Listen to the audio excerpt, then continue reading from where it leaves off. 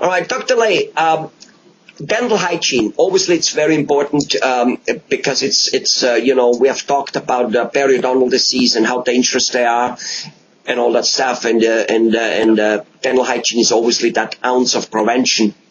Now, give us a little bit of a feeling in terms of dental cleaning, flossing, in terms of using mouthwashes. Is there anything we should do or not do? I know we learn in school about it, and there are many techniques out there, and I'm not so sure whether it is all that important to follow one technique or the other one, but why don't I get your viewpoint on it? Well, my viewpoint is everyone is different. Their biology, there's going to be some variations, and what technique may work for one person may not work for another. Right down to our saliva and how acidic our saliva is, our diet, even genetics play a role. It's a small role, but the main thing is consistency. If you're brushing twice a day as opposed to 3 times a day, and your gums are healthy, then continue brushing twice a day because it's working. Some people need to brush 3 times a day, and they need to floss 3 times a day because that's what works for them. So, it really depends on the individual, and we have to treat everyone as an individual when they come to our practice, because we can't just give them rote advice because it may not apply to them, and that's really where we have to understand the patient and really get to know them also, beyond their name and making sure that they come in for their cleaning, but what are their habits, what are their diets, what's their medical history. All these things kind of go into any recommendations that we make to that patient. Right. Well, you said something about the saliva. For instance, my dentist tells me 2 reasons, but he pushes one more because he doesn't want to embarrass me with the other one too much, I think, is number one, I do apparently have lots of saliva, and he says that's a very good thing. High saliva is a basic overall healthy indicator. It has, however, that little side effect that blood builds a little faster.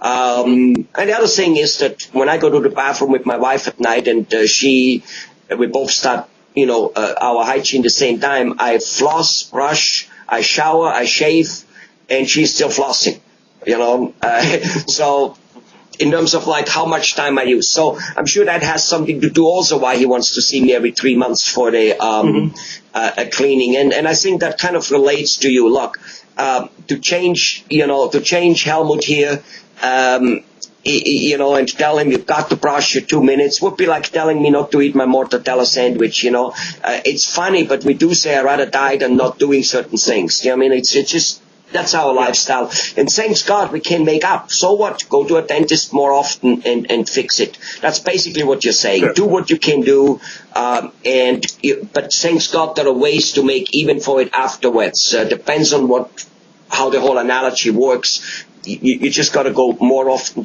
to the dentist and clean or not. Possibly, yes, absolutely. Okay. Now, anything in terms of soft toothbrushes and hard toothbrushes, anything in terms of electric toothbrushes, any advantages there or disadvantages for one or the other?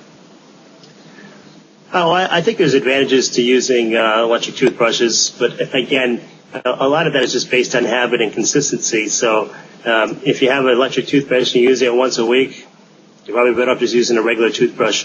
Even with the water pick, it's now called the water flosser. It's shown to be very effective as a replacement for flossing. But again, is someone going to set up the water tank, place that implement in their mouth, and there's going to be water flying all over their face? Are they going to be okay with that? Are they going to take the time to learn how to use it so it's not so messy? So they develop a habit pattern. Maybe, maybe not. If they do, then, they have a great chance of having healthy gums. But if they don't, then, just if you're in there flossing before, continue flossing. There's advantages, and again, but it's the behavior associated with the technology. Can you implement it and make it work for you or not? Got it. Now, what about mouthwashes? How effective are they? Should they be used, and what purpose do they really have? Is it a breath freshener, or is it a disinfective, cleaning, keeping the gum healthy thing? Sure. They can be both or one or the other. There's Scope mouthwash. They have essentially a breath freshener. You have Listerine, which has the essential oils, but there's a higher alcohol content. So if someone has a lot of medications where their mouth is dry, we don't recommend using any mouthwash with alcohol in it. There's mouthwashes that have fluoride to coat and protect your teeth to prevent plaque from accumulating on your teeth.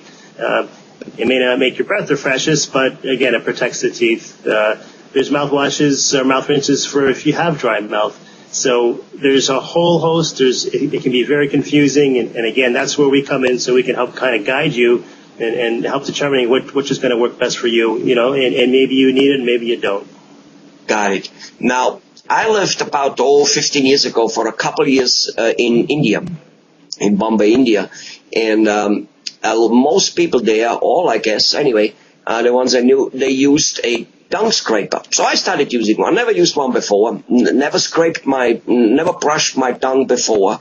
But there I started using it. And I'm not using a tongue scraper anymore, but I somehow got into the habit of brushing my tongue all the time, even though I kind of gag on it every morning. And it looks like the only time I do it in the morning. So how useful or is that stuff? Is brushing your tongue? I think it's very useful. Your tongue collects plaque.